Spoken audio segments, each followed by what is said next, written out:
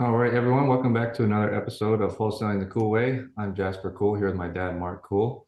And on this podcast, we like to talk about our respective businesses. We both wholesale in the state of North Carolina currently, and we like to share what's working for us over the past week and victories, challenges, wins and losses, all that sort of thing.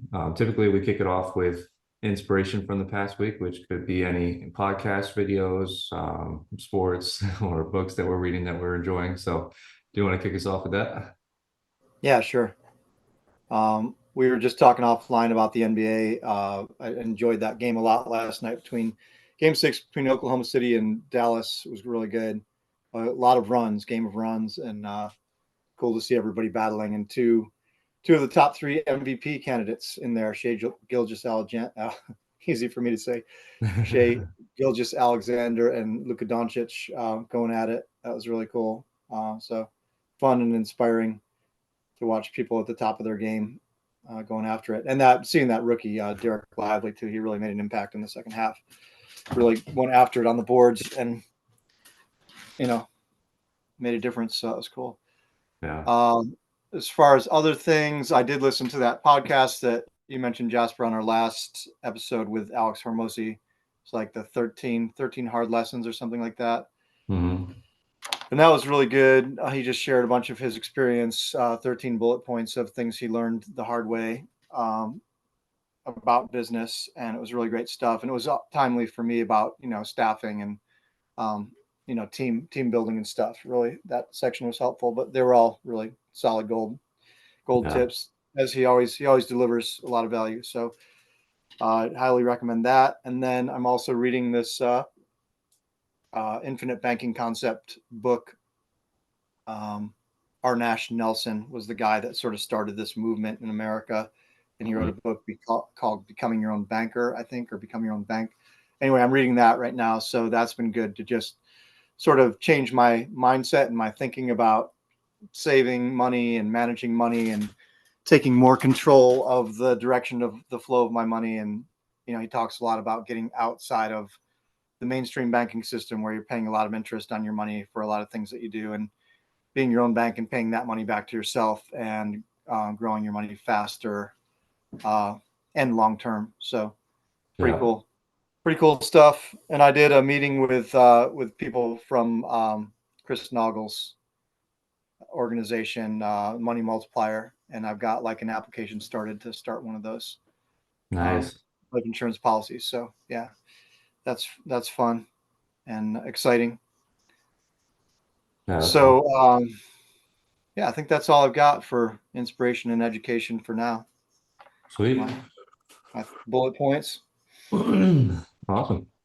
Well, I started a new book this week. I think it was one that Alex recommended on that video by the dude who made Chick-fil-A. So I Oh actually yeah, actually just got a few of his books, but this one that I'm reading this week is called Wealth. Is It Worth It? That's the title of it, and it's written by him, and I like it so far. It's kind of like a autobiography in a way, as he's writing in first person and just kind of recounting his memories from when he started the business, and it's really cool to read. So I've been enjoying that one so far, and also cool because like he was friends with a bunch of the other like big players in his time, and so he shares stories about the Boston market, which is still around today, and a few other restaurant chains that were around when he was getting started. And I forget the timeline, but they originally started only in malls. So they were only in like the food courts of the malls, I think for like the first 20 years, I want to say. It was a while before they opened their first actual location. And then I think his timeline, he was like in his 60s when they opened their first store, like their standalone store, not in the mall. And then I think within 10 years, they had like 1,000 or something. So just really cool. I think I'm about halfway through this book, but really enjoying it so far. And he shares how he trained his son to take over the business, and how like his primary thing that his son would do is literally just fly to all their locations throughout the year, and they have so many, so it takes him all year. But he would just fly to all locations. He'll literally work in the restaurant and like just talk to customers and figure out what they can do better. And it's just really cool, just how like customer focused he is. yeah, um, and yeah, so that was inspiring to me, and it just like brings back memories because I remember in high school I used to eat Chick-fil-A a lot. I don't eat it anymore. But I remember there was this one location in Durham on Roxborough Road, and it was just amazing. Like it's probably the epitome of Chick-fil-A. And it was just like they had two lines going through the drive-through. And I think now a lot of drive-throughs have that, but at that time that was like revolutionary because most drive-throughs are just one drive-through line. They had two. And you would be in and out of there in like less than 5 minutes in the middle of a rush, cars around the whole building. Like they were just amazing. And I always remember that location because everyone was just like, "How can I help you? My pleasure." Like every time they say, "My pleasure, my pleasure, my pleasure," and it's just like it was amazing. So it's cool to think back to that, and then like kind of reading about how he built it is just really cool because it's all about customers first. And I think I shared this with you when I listened to the Alex thing because he just shared his quote. But Truett, Cathy, he said that he was talking to one of his first like franchisees or whatever about growth, and he was just saying that instead of focusing on getting bigger, let's focus on getting better, and our customers will demand we get bigger. So I Yeah. really like that. I need to put that on my whiteboard or something because that's a great quote. You know, if you just deliver exceptional service, then it's just going to build word of mouth, and then you'll have to get bigger because you can't, keep up with the current growth with your current team. So I don't know. That was inspiring to me. And then also, I think I had one more I wanted to share, but now I'm forgetting it. Um, oh, I listened to this episode with this guy named Parker Stiles. He was on just a smaller podcast, but I came across it, and I think he's based in South Carolina now because he was sharing that he just closed down his Charlotte office. But it was inspiring to hear about his journey specifically in wholesaling. That's still what he's focusing on, and how he built a team and like just learned a bunch of lessons along the way. And he was sharing how he was working with a recruiter to hire his talent, and then he was just like, "Oh, well, I'll just partner with this dude and then have him build out my sales team." And so he did that and just went gung ho on that. Opened up a Charlotte office, which is where this guy was living, and they hired like I think 20 like sales reps really quickly, and they just scaled up really quickly. Because you have that many sales reps, you're going to get a lot of deals. And so he just said he scaled up super quickly, and then he realized it just was not working. Like he said, they did like a $300,000 a month, but their expenses were 270, and he was like, "This is not Yeah. this is not the way to go." And so he just shared all the lessons that he learned, kind of the ups and downs, and scaling back down. And now he's like getting close to that 300K a month again, but in a profitable way. And he's also scaled himself out of the business. Like he's not in the business at all. He hired a manager. He fired that first dude. Like they're not partners anymore, but he hired a manager to pretty much manage the departments. And now he's just kind of in a like a whatever operator role or owner's box. And he just basically cherry picks the deals that he likes and adds into his rental portfolio, does owner finance, stuff like that. So that was cool. That was cool to see that and see how many different ways there are to get to, successful business and wholesaling. So that was cool. Yeah. But yeah, I think that's it for me. Stop there. That's Mm, great. Yeah. I mean, that's where I want to be too, is, pulling self-managing business, which is why I'm in strategic coach and pulling myself out and letting the team run it, and I can be in an advisory role or something, but I don't want to be doing the day to day. And I'm on my way there.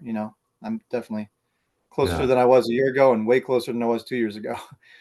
yeah. So yeah. Yeah, and And I one love of the that. things, Go ahead. what'd you say? Oh, I was just going to say, I love that stuff with the founder too. I like that piece about it. Focus on the quality and Yeah, you'll grow. yeah, definitely. Yeah, if anyone's interested, his name is Truett Cathy, the Chick-fil-A guy. I think he's got like 5 or 6 books that he wrote. But I think I bought all of them, so I'll keep you posted on how I like them. But yeah, that dude Parker was sharing that they recently, I think within the last year or so, they recently started like a hard money lending business, just lending his own capital, and basically just integrated that into his wholesaling business. So on the majority of their wholesale deals, they basically like they don't require, but they strongly like encourage the buyers to use their funding. And he said that that's really, really been a great revenue source for them. So that inspired me to hopefully launch that myself at some point, and maybe just do a couple of deals this year and try to learn the ropes of that, and then hopefully scale up from there because that makes a lot of sense. If you can get paid twice on a deal, it's kind of getting closer to what Alex Ramosi always talks about, like just maximizing the value of every customer, or in our case, deal. So Yeah. if we can get paid multiple times on one deal, then that's even better. That can really help grow. So yeah. But yeah, we can switch over to business check-in. So you want to kick us off with that? Sure. Yeah. Um, I was just looking through my Slack because that's where my team reports a lot of stuff that happens during the week. So um, we ended our drought with closings. Nice. We closed one this week. Yeah. We were That's supposed to awesome. close two this week, but we closed one. So that's good. I think we have a couple more closing next week.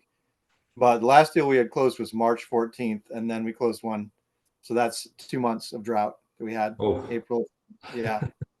I don't think I've ever had it that much, but anyway, so that's a victory. We closed one. That was good. And then we sold one, which was the JV that we're doing with you, Jasper. We sold that oh vacant yeah. lot, Thank and you. we sold that within like a day. You sent it to us, and I think in the next day or 2 days we had a buyer and Yeah, locked it down.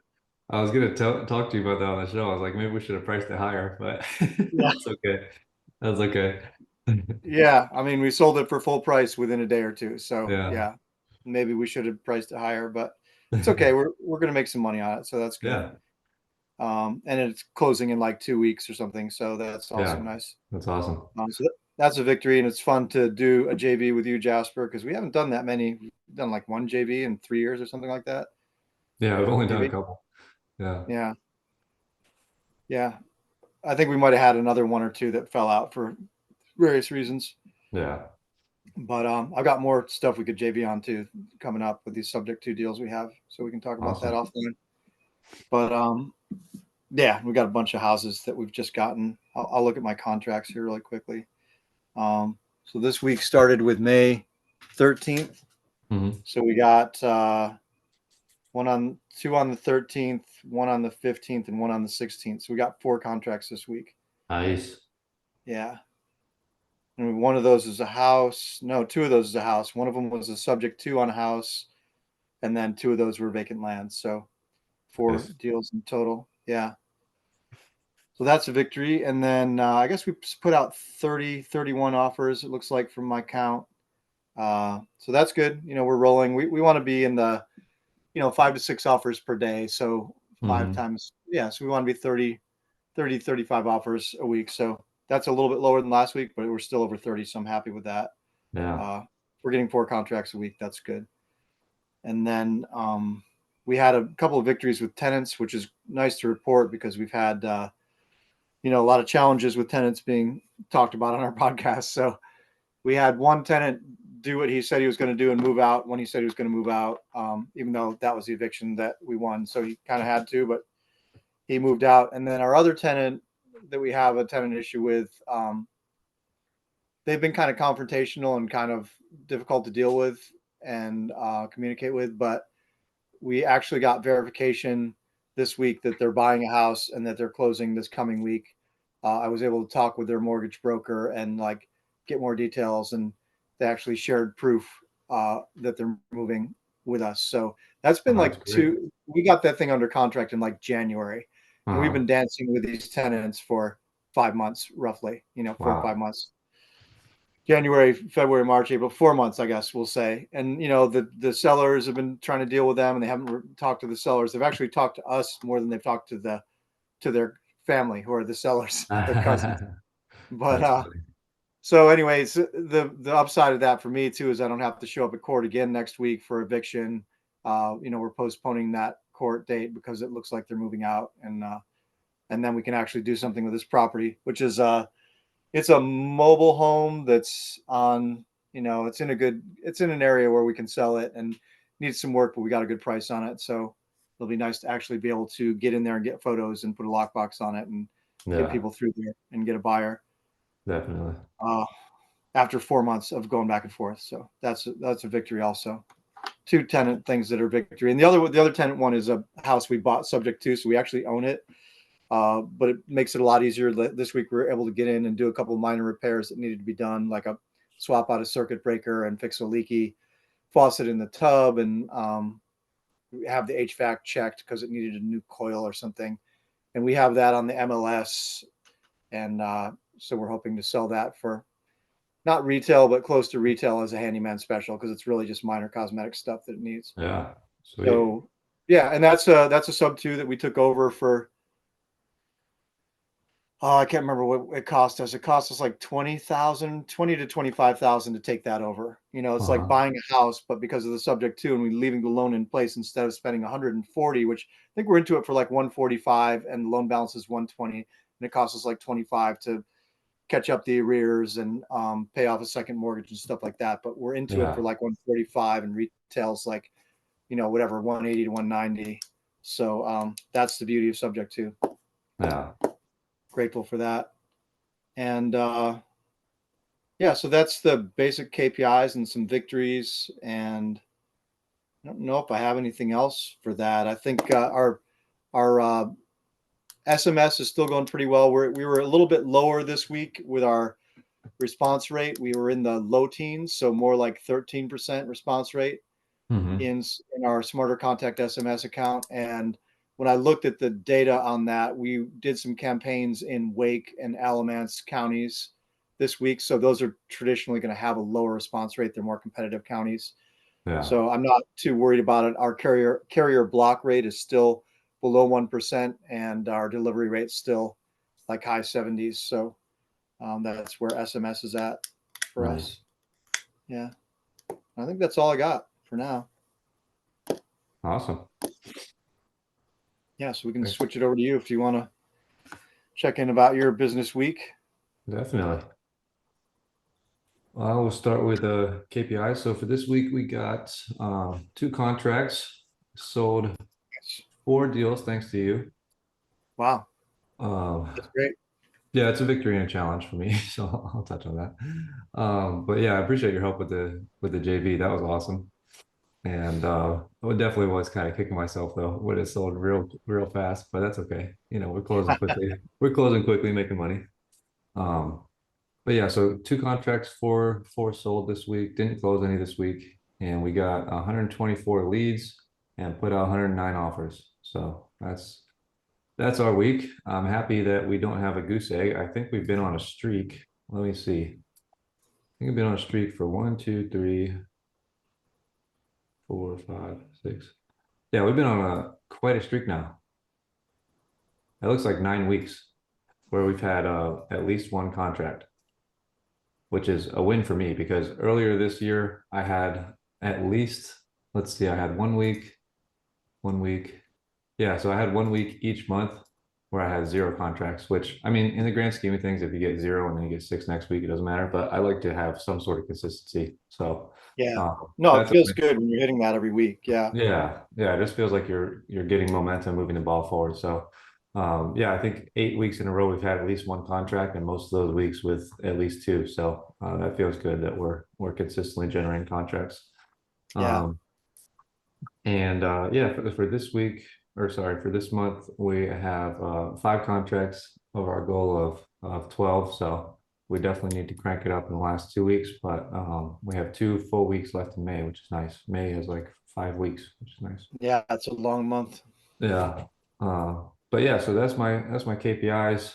Um, Victories and challenges with the solds. The victories is that one of these properties I've been trying to sell for like I don't even know, like a month. It's just I thought it was a really good deal, but it's in Goldsboro, North Carolina, and I've had good luck there. But it's kind of one of those areas I think like maybe Rocky Mountain and Wilson where street by street could vary quite a bit. So Hmm. with this property, I had a lot of buyers interested, probably like 30 in total if I count them all up. And 29 of them, after they drove by the area, were like, nope, never mind.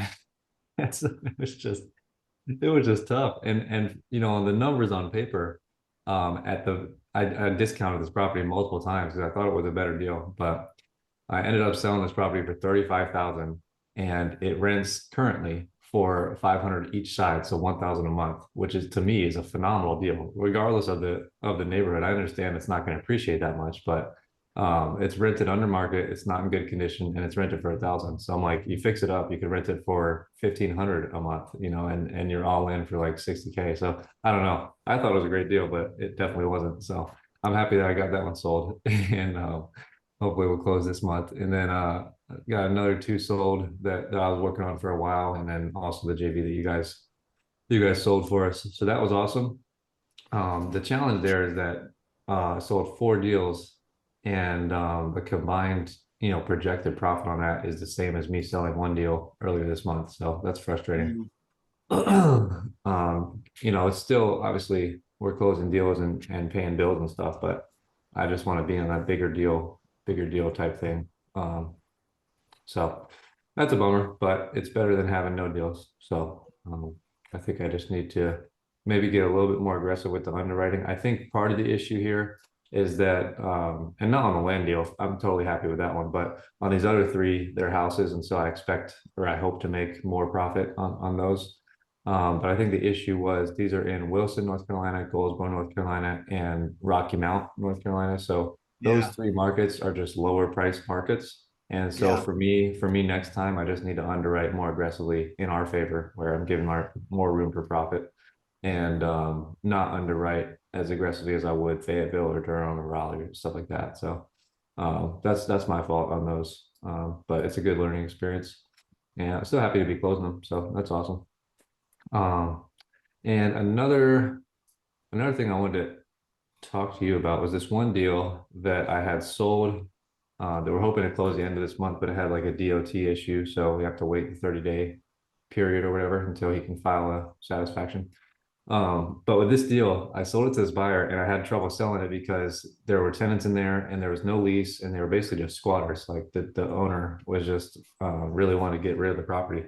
And so we got it at a good price with him because of that, but I still had trouble selling it because there was no lease, there's nothing, there's no contact information for these people or anything. And so, anyways, long story short, I got it sold. We were going to close about a month ago, but we had title issues. And then the buyer reached out to me and he was like, "Oh, I just went by the house today. It looks like they moved out and it looks like it's Yeah. vacant."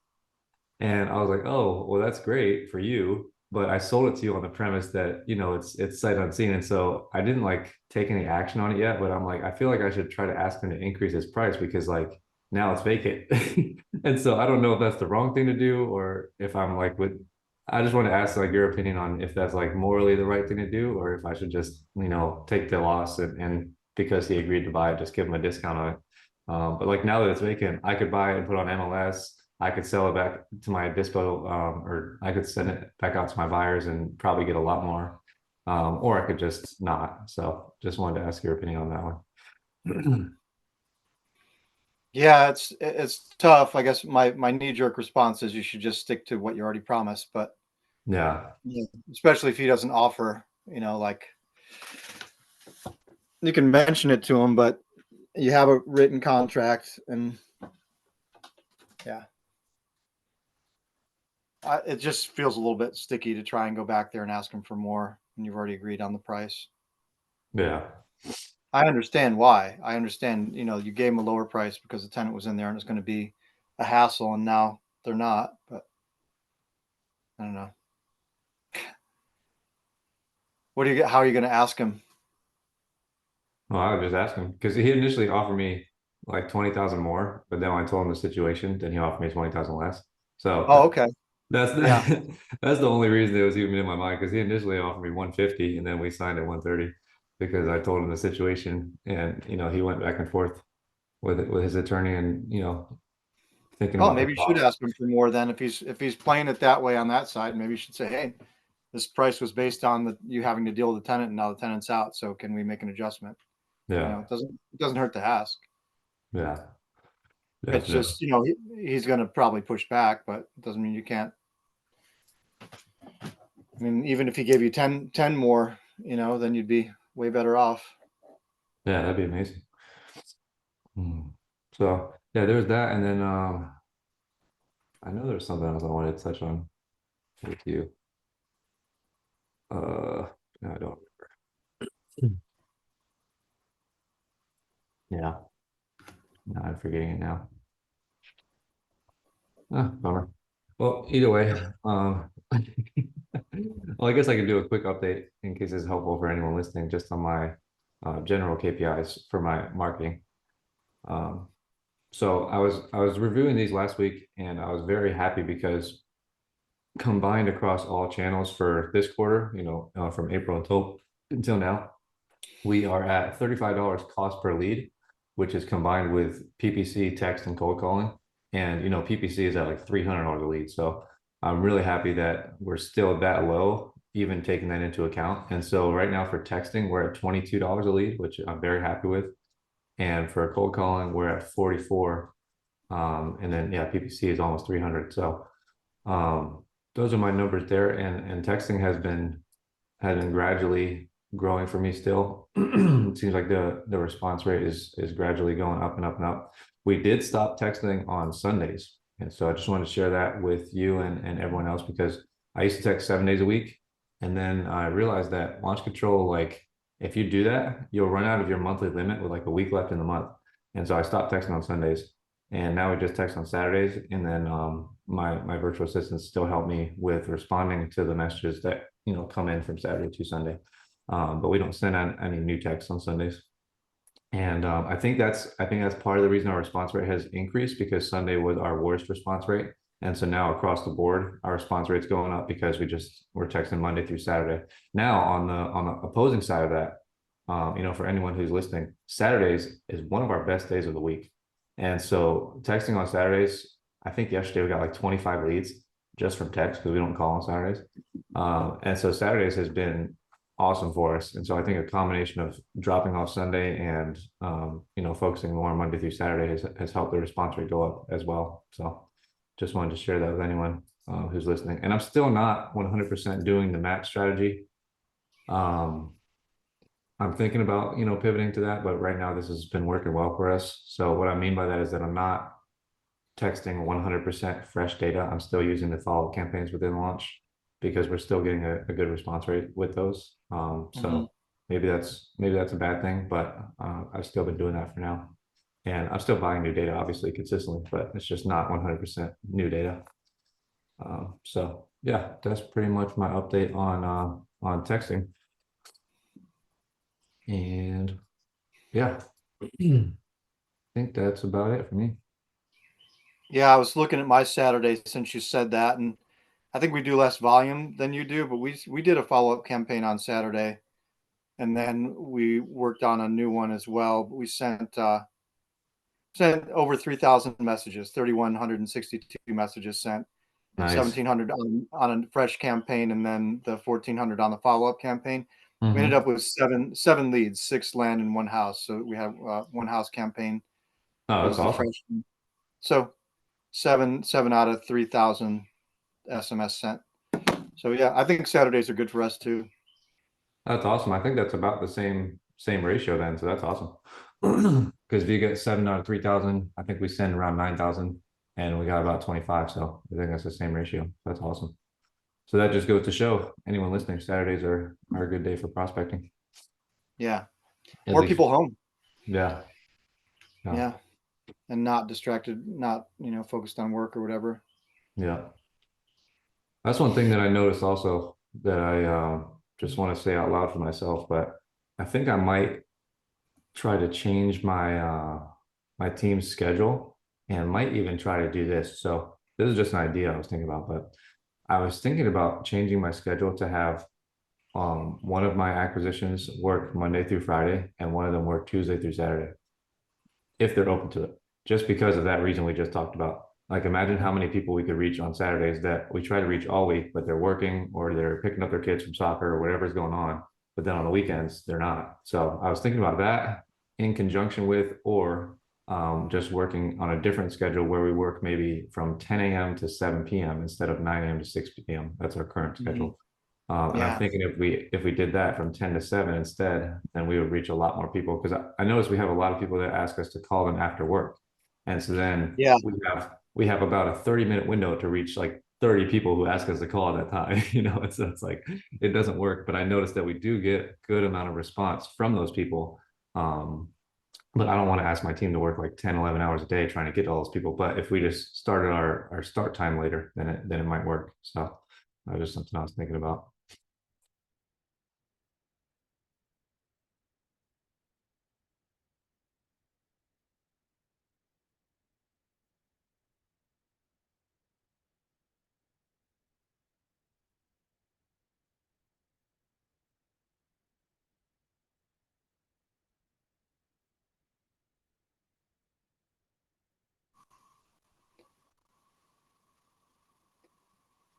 Are you there? Yeah, lost you for a second. Sorry about that. You were just saying your hours and you didn't want your team to work crazy hours and stuff like that. I think that's a great idea too. The reason I went away is because I was trying to pull up this document that I have that says it's the best times of day to call and Uh-huh. prospect. So I was trying to pull that up and I did it on the wrong tab. So I did it on the Zoom tab. Uh-huh. But I think we've talked about this before on our the best day of the week it says is Wednesday, and then Hmm. they have the times. Best time of day to call. Um, I was trying to look at the after hours thing just to see if it bears out. Actually, 4 to 5 p.m. is the biggest bar on the bar graph. Okay. I guess you're catching people towards the tail end of their day, and then 10 to 11 a.m. is the second biggest. So I think that's after people get to work and like get their initial things handled, and then you can reach them, call or Yeah. text. And then the next biggest is 11 to 12. So it's the top ones are 4 to 5 p.m. and then 10 to 11, and then after that it goes 3 to 4 p.m. and 11 to 12 a.m. So it's like the more lull times after productivity in the after lunch segment or the first part of the day segment. Those are the Yeah. worst times to call people. But this article, and there are other articles obviously, but this one says the 5 to 6 p.m. is a lower response rate. I don't know why that is, Okay. but after 6 p.m., 14.7%, 10 a.m. to 11:59 a.m., 34.9%. Uh, Hmm. so, and then, yeah, anyway, you can look up these articles and see. But I know what you're saying. We have the same thing with, hey, can you call me after work? And our primary acquisitions person leaves at 5. So then if calls need to be made after work, it's me. It's like she'll message me and be like, hey, can you call Bob Smith at 5:30? He wants to call then, Yeah. that kind of thing. So it Definitely. could, yeah, I could see it helping if you had somebody working from 5 to 6 instead of you know, from 10 to 6 instead of 9 to 5. You could get those calls knocked out. Yeah. And we have the same thing on Saturdays too, because we don't have a dedicated follow-up person on Saturday. We have an SMS person working on Saturday. So when these people call back or message back, they're not getting a return call or they're not getting a return phone call until Monday. Yeah. And Same so here. our Yeah. acquisitions person comes in and has a lot of phone calls to make on Monday, but then it's like you said, it's like this cycle. Then they're all back at work and doing their stuff, and they're, on Saturday they were ready for a call. So Yeah. it's a great point. I might need somebody who actually picks up the phone on Saturdays because as Matt Larson tells us, the quicker you get to a lead when they raise their hand, the more likely you are to convert that lead into a. Yeah. And one of my guys who I hired, he's not an acquisition, he's like a follow-up specialist, lead manager type person. But it's funny because I was thinking about letting him go, but then I gave him a lot more tasks this week and he's handled it. So that was kind of like a challenge that I was giving him and he's handled it. But one of the reasons that I haven't let him go is that he messages me every Saturday and he's like, "Hey, I saw the new leads come in. Do you want me to knock those out real quick?" And I'm like, "Yeah, that'd be awesome." And so he's like the only person on my team who, like, I don't expect people to work on weekends. I don't want to ever ask that, but he always asks me because he just wants to, work a little bit extra.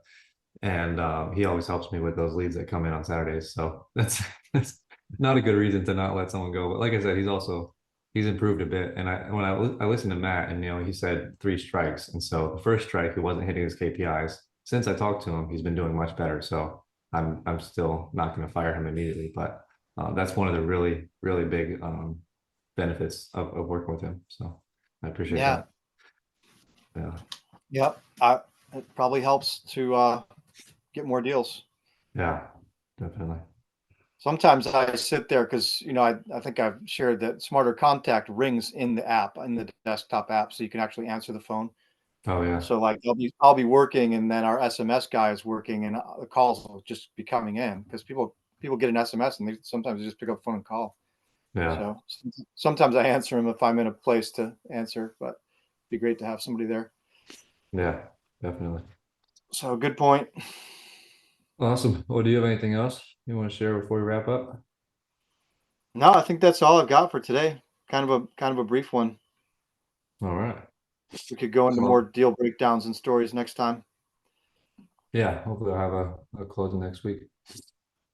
But yeah, I'll share this quote real quick from this book I shared that I was reading. This is from Truett, Cathy.